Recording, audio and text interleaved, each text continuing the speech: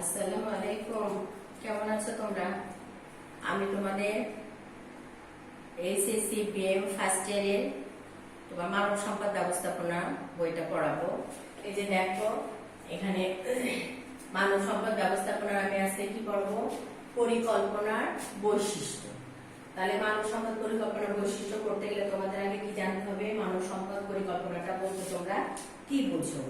একটা প্রতিষ্ঠানের সফলতা ব্যর্থতা, যেগুলো একটা প্রতিষ্ঠানের সফলতা ব্যর্থতা মানব সম্পদ পরিকল্পনার উপর নির্ভর করে। আচ্ছা, তাহলে প্রত্যেকটা মানব সম্পদ পরিকল্পনার কিছু বৈশিষ্ট্য থাকে, যেমন হচ্ছে পূর্ব অনুমান। তার মানে আমাদের হচ্ছে যে ভবিষ্যতে প্রতিষ্ঠানে কি পরিমাণ মানব সম্পদের আয়োজন হবে তার পূর্ব থেকে আমরা অনুমান করে থাকি। এ ধরনের পূর্বের অনুমানের উপর ভিত্তি করে প্রতিষ্ঠানের ভবিষ্যতে মানব সম্পদ সংগ্রহের ব্যবস্থাপনা গ্রহণ করতে হয়। আচ্ছা, পরিকল্পনা কর্মসূচি নির্ধারণ। তাহলে কি হচ্ছে? আচ্ছা, মানব সম্পদ পরিকল্পনার মাধ্যমে ব্যবস্থাপনা প্রয়োজনীয় কর্মী সংগ্রহ ও সরবরাহের সকল কর্মকাণ্ড কর্মসূচি অগ্রিম নির্ধারণ করে। কখন, কোথায়, কত সংখ্যক যোগ্যতা সম্পন্ন কর্মীর প্রয়োজন হবে, কোথা থেকে তাদের সংগ্রহ করা হবে, কিভাবে তাদের ব্যবহার করা হবে ইত্যাদি বিষয়গুলি পরিকল্পনা বিস্তারিত নির্ধারিত বিবৃতি আগে থেকে করা হয়ে থাকে। তারপরে আসলে কি হচ্ছে তোমার খরচ নিরূপণ। আচ্ছা, মানব সম্পদ সংগ্রহের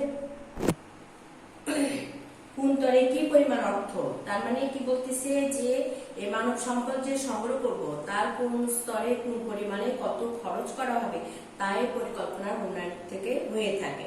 মানব সম্পদ সংগ্রহের সকল কাজগুলো যাতে সুষ্ঠুভাবে ও স্বল্প খরচে সম্পাদন করা যায় পরিকল্পনা সেটা কি করে থাকে? নির্ধারণ করে থাকে। তারপরে আসতেছে দেখো উৎস নির্ধারণ, পরিকল্পনার উৎস নির্ধারণ। আচ্ছা, ভবিষ্যৎ কর্মীর চাহিদা নির্ধারণের পর কোথা থেকে এসব কর্মী সংগ্রহ করা হবে পরিকল্পনার মাধ্যমে তা কি করা হয়? স্থির করা হয়ে থাকে। আচ্ছা, একটি প্রতিষ্ঠান অভ্যন্তরীণ বাহ্যিক বিভিন্ন উৎস থেকে প্রয়োজনীয় কর্মী সংগ্রহ করে। একটি প্রতিষ্ঠান কি করে? তার প্রয়োজনীয় কর্মী বাহির এবং ভিতর থেকে নির্ধারণ করে থাকে। সঠিক উৎস নির্ধারণের বিষয়টি মানব সম্পদ পরিকল্পনার স্থান পায়। আচ্ছা, সার্বিক পরিকল্পনার অংশ। সার্বিক পরিকল্পনার অংশ। আচ্ছা, মানব সম্পদ পরিকল্পনা প্রতিষ্ঠানের কোনো বিচ্ছিন্ন বা পৃথক পরিকল্পনা নয়, এটি সার্বিক পরিকল্পনার একটি অংশ। কেউ কেউ এই পরিকল্পনাকে প্রতিষ্ঠানের সামগ্রিক পরিকল্পনা বলেও নির্ধারণ করে থাকে। আচ্ছা, তাহলে কি হচ্ছে? আরো আছে পরিকল্পনা বাস্তবায়ন, সংগ্রহ, উন্নয়ন, যোগ্যতা নিরূপণ। আচ্ছা, পরিকল্পনা বাস্তবায়ন।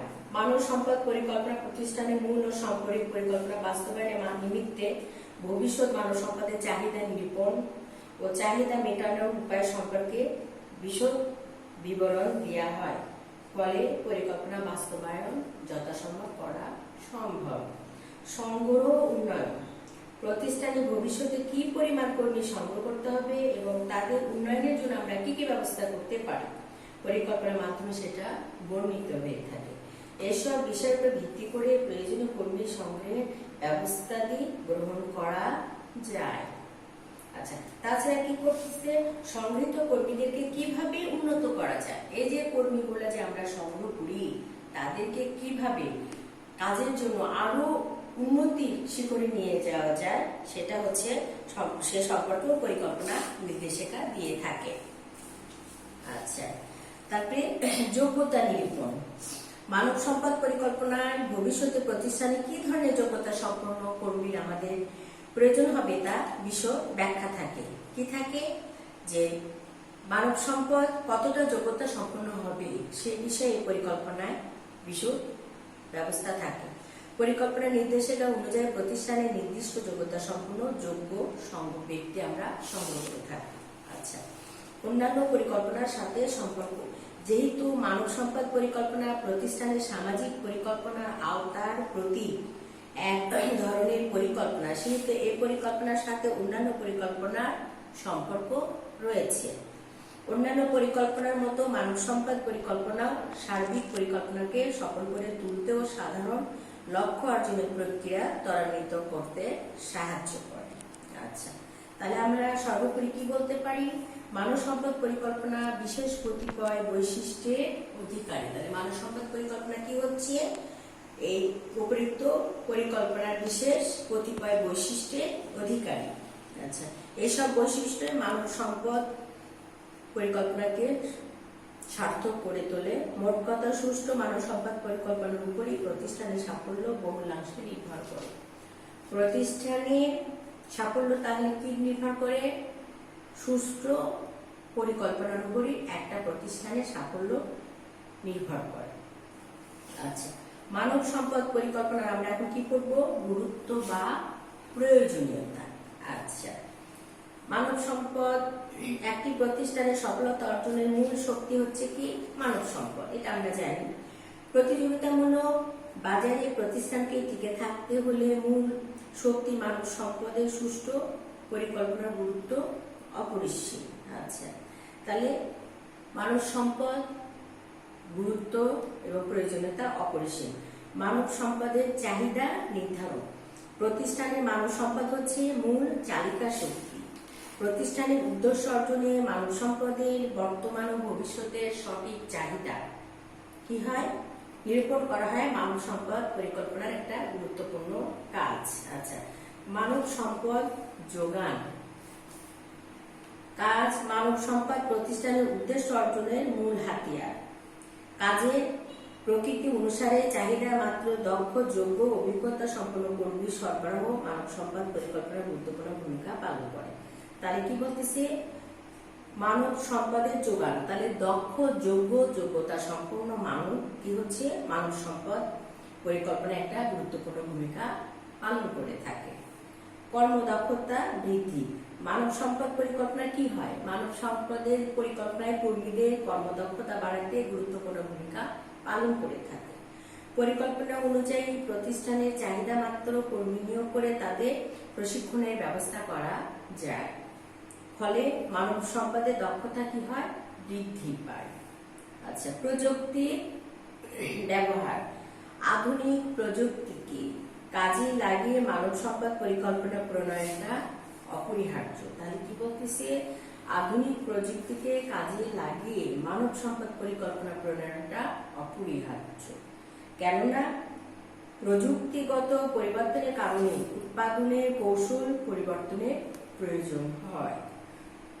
অপচয় হ্রাস ও মুনাফা বৃদ্ধি। কি বলতেছে? অপচয় হ্রাস ও মুনাফা বৃদ্ধি পায়। তাহলে মানব সম্পদ পরিকল্পনা আমাদের কেন দরকার? সেখানে তোমার কি হয়? অপচয়টা হ্রাস হয় এবং মুনাফাটা বৃদ্ধি পায়। মানব সম্পদ পরিকল্পনার মাধ্যমে প্রতিষ্ঠানের সঠিক পরিকল্পনা দক্ষ কর্মী নিয়োগ করা সম্ভব হয়। ফলে একদিকে যেমন শ্রমের অপচয় হ্রাস পায়, অন্যদিকে প্রতিষ্ঠানের মুনাফাটা বৃদ্ধি পায়। মানব সম্পদ উন্নয়ন। আচ্ছা, মানব সম্পদের ক্ষেত্রে পরিকল্পনা যদি থাকে তাহলে পরিকল্পনার মাধ্যমে কি হয়? মানব সম্পদের উন্নয়নটা সম্ভব হয়। মানব সম্পদ পরিকল্পনা প্রতিষ্ঠানে মানব সম্পদ উন্নয়নের পথ সুগম করে। এ ধরনের পরিকল্পনার মাধ্যমে মানব সম্পদ বিষয়ক প্রতিটি কাজ পরিকল্পিতভাবে করা যায়। আচ্ছা, ফলে প্রতিষ্ঠানে দক্ষ মানব সম্পদ সৃষ্টি হয়। আচ্ছা, প্রতিযোগিতায় টিকে থাকা। বর্তমান বিশ্বটাই হচ্ছে প্রতিযোগিতার বাজার। প্রত্যেকটা প্রতিষ্ঠানে টিকে থাকার জন্য আমাদের নিত্য নতুন তোমার দক্ষ উন্নয়ন কর্মীর দরকার। সেক্ষেত্রে তোমার হচ্ছে যে পরিকল্পনা থাকতেই হবে। পরিকল্পনা ছাড়া আমরা কোনো দক্ষ কর্মী বা সে দক্ষ কর্মীকে উন্নয়নের ক্ষেত্রে নিয়ে আসতে পারবো না। আচ্ছা, তাহলে কি বলতেছে? যে মানব সম্পদ পরিকল্পনার যোগ্য কর্মী সংগ্রহ সরবরাহ করে প্রতিযোগিতায় টিকে থাকার ক্ষেত্রেও মানব সম্পদ পরিকল্পনা করা দরকার। আচ্ছা, মানব সম্পদ ব্যবস্থাপনার সাফল্য। এই যে মানব সম্পদ ব্যবস্থাপনার যে সাফল্যতা, তার জন্য আমাদের কি করতে হবে? পরিকল্পনাটা, মানব সম্পদ পরিকল্পনাটা অবশ্যই থাকতে হবে। মানব সম্পদ ব্যবস্থাপনার সাফল্য নির্ভর করে মানব সম্পদ পরিকল্পনার উপর। তাই মানব সম্পদ ব্যবস্থাপনার সফলতা অর্জনে মানব সম্পদ পরিকল্পনার গুরুত্ব অপরিসীম। আচ্ছা, মানব সম্পদের সর্বোত্তম ব্যবহার। মানব সম্পদ পরিকল্পনা আরেকটি গুরুত্বপূর্ণ কাজ হচ্ছে প্রতিষ্ঠানে নিয়োজিত মানব সম্পদের সর্বোত্তম ব্যবহার নিশ্চিত করা। এ লক্ষ্যে যোগ্য কর্মী সংগ্রহ, নিয়োগ ও প্রশিক্ষণের ব্যবস্থা করতে হবে। অন্যান্য ক্ষেত্রে ভূমিকা। মানব সম্পদ পরিকল্পনা প্রতিষ্ঠানের স্বার্থে আরো অনেক গুরুত্বপূর্ণ লক্ষ্য কাজ করে থাকে, যেমন হচ্ছে যে উৎপাদনের গতিশীলতা রক্ষা, পরিকল্পনার বাস্তবায়ন লক্ষ্য অর্জন, পরিবেশের উন্নয়ন, কর্মীদের মনোভাব পরিবর্তন ও উপযুক্ত মানব সম্পদ নীতিমালা প্রণয়ন ইত্যাদি। এসব কারণে মানব সম্পদ পরিকল্পনার গুরুত্বটা অপরিসীম। তাহলে দেখো এখানে আমরা পরিকল্পনার বৈশিষ্ট্যগুলো কি পাইছি, মানে পূর্ব থেকে যেটা অনুমান করা যায়, খরচের নিরূপণ আগে থেকে, পরিকল্পনা কর্মসূচি নির্ধারণ, উৎস নির্ধারণ, সার্বিক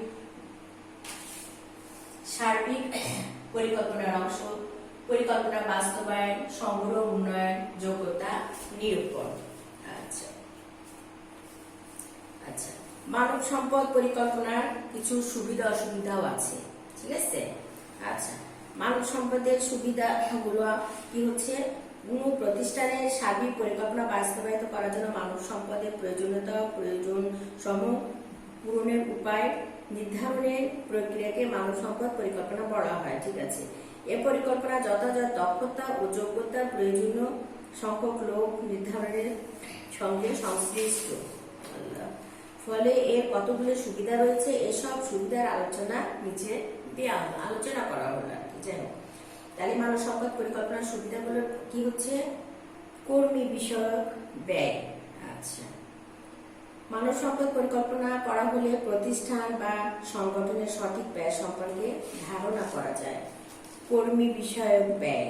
আচ্ছা, পরিকল্পনা যদি থাকে আমাদের, তাহলে আমরা কি করব, যে কর্মী বিষয়ক ব্যয় সম্পর্কে আমরা ধারণা করতে পারবো। কারণ প্রতিষ্ঠানে কোন সময়ে কত সংখ্যক কর্মী থাকছে সেই সম্পর্কে আগাম ধারণা করা যায় যদি আমাদের মানব সম্পদ পরিকল্পনা সম্পর্কে একটা ধারণা থাকে। ফলে প্রতিষ্ঠান কর্মী বিষয়ক ব্যয় নিরূপণে নির্ধারণ করতে পারে। আচ্ছা, শূন্য পদ পূরণ। মানব সম্পদ পরিকল্পনার মাধ্যমে প্রতিষ্ঠানের জনবলের চাহিদা সম্পর্কে ধারণা লাভ করা যায়। এতে কি হয়, এতে ভবিষ্যতে শূন্য পদগুলো কর্মরত কর্মীদের পদোন্নতি দিয়ে পূরণ করা যায়। আচ্ছা, শূন্য স্থান পূরণ। আমরা যদি আগে থেকে জানতে পারি যে প্রতিষ্ঠানে কতজন কর্মী আছে, প্রতিষ্ঠানে শূন্য পদ কতগুলো আছে এবং কতজনকে পদোন্নতি দেওয়া যাবে, তাহলে কি হয়, আমাদের সেই শূন্য স্থানগুলো পূরণ করা সম্ভব হয়। তার জন্যই আমাদের মানব সম্পদ পরিকল্পনা দরকার। কর্মীদের মজুরি নির্ধারণ। আমরা পরিকল্পনা যদি আমাদের না থাকে, পরিকল্পনা না থাকলে আমরা বুঝতে পারবো না, জানতে পারবো না যে সেই প্রতিষ্ঠানের কর্মীদেরকে কিভাবে আমরা বহন করব, ব্যয়ভার বহন করব তাদের। আর এই কারণে মানব সম্পদ পরিকল্পনার কোন স্তরের শ্রমিক কর্মীদের মজুরি কত হবে সে সম্পর্কে আগাম ঘোষণা দেয় কি মানব সম্পদ পরিকল্পনা। এ ধরনের মজুরি নির্ধারণ পূর্ব থেকে অনুমান করা প্রয়োজন। মানব সম্পদ পরিকল্পনা এই বিষয়ে সংস্থা দিয়ে থাকে। আচ্ছা, তারপরে আসতেছে পরিবর্তনের সঙ্গে খাপ খাওয়ানো। মানব সম্পদ পরিকল্পনা কি করে, সময় পরিবর্তনের সাথে সাথে প্রয়োজনীয় যে পরিবর্তন ঘটে তার সঙ্গে খাপ খাওয়াতে সহায়তা করে। আচ্ছা, প্রকৌশলগত পরিবর্তনের ফলে কার সংখ্যক শ্রমিক ছাঁটাই হবে বা কতটা শ্রমিক তোমার থাকবে বা নিয়োগ দেওয়া হবে সেটা পরিকল্পনার মাধ্যমে আমরা জানতে পারি। আচ্ছা, মানব সম্পদের গতিশীলতা বৃদ্ধি। আচ্ছা, এই মানব সম্পদের গতিশীলতা বৃদ্ধিও পায় কিন্তু পরিকল্পনার মাধ্যমে। আচ্ছা, মানব সম্পদ পরিকল্পনা মানব সম্পদের গতিশীলতা বৃদ্ধিতে বহুলাংশে সহায়তা করে থাকে।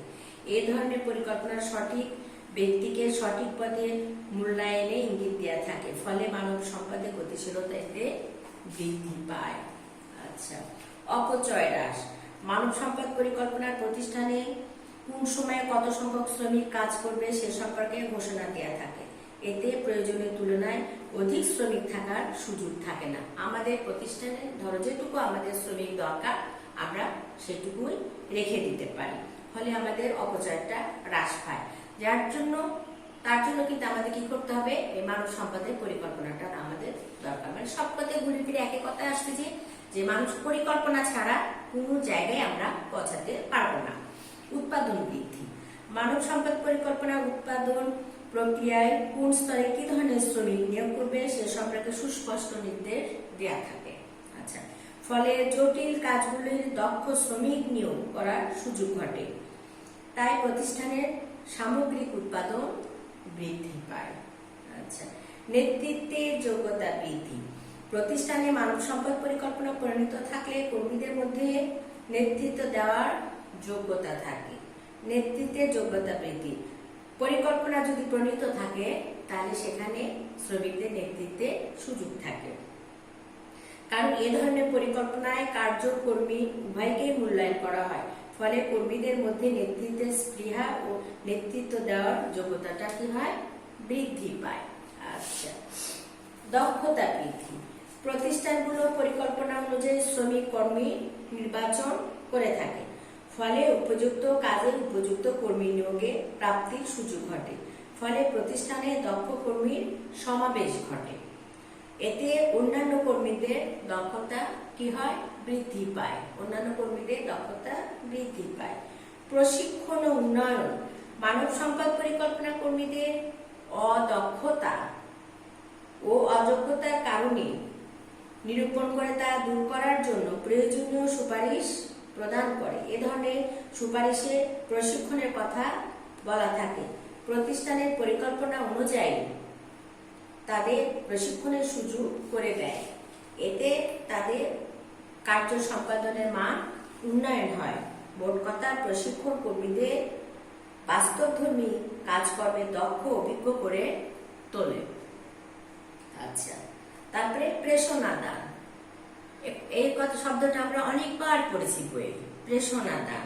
আচ্ছা, প্রত্যেকটা জায়গায় ধরো প্রতিষ্ঠানের কর্মীদের প্রেরণা মানে এর আগে আমি বহুবার বলেছি যে ওদেরকে বিভিন্নভাবে উৎসাহিত করা, সেটা ধরো যে তাদের প্রমোশন দেওয়া, বেতন ভাতা বৃদ্ধি করা, যাতায়াতের সুযোগ সুবিধা করে দেওয়া, চিকিৎসা ব্যবস্থা করা ইত্যাদি। এগুলো যদি করা হয় তাহলে কর্মীদের এরূপ অনুপ্রেরণা তাদের মধ্যে প্রেরণা যোগায়, ফলে তাদের আগ্রহের সঙ্গে কাজ করে এবং প্রতিষ্ঠানে উন্নতি ঘটে। নিয়ন্ত্রণে সহায়তা, মানব সম্পদ পরিকল্পনা প্রতিষ্ঠানে মানব সম্পদ নিয়ন্ত্রণে সহায়তা করে প্রতিষ্ঠানের উদ্দেশ্য অর্জনের লক্ষ্য।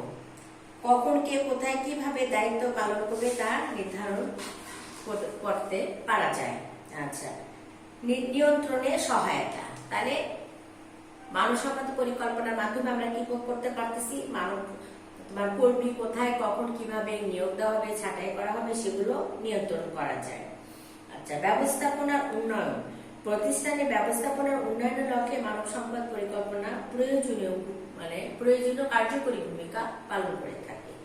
পরিকল্পনার উন্নয়ন সাধন, আচ্ছা, ভবিষ্যতের কর্মসূচি হলো পরিকল্পনা। এই ধরনের পরিকল্পনার বিভিন্ন তথ্য ও উপাত্তের প্রয়োজন হয়। মানব সম্পদ পরিকল্পনা এসব তথ্য ও উপাত্ত সরবরাহ করে থাকে, ফলে কি হয়, প্রতিষ্ঠানের অন্যান্য পরিকল্পনারও উন্নয়ন হয়। ফলে কি হয়, অন্যান্য প্রতিষ্ঠানেরও উন্নয়ন হয়।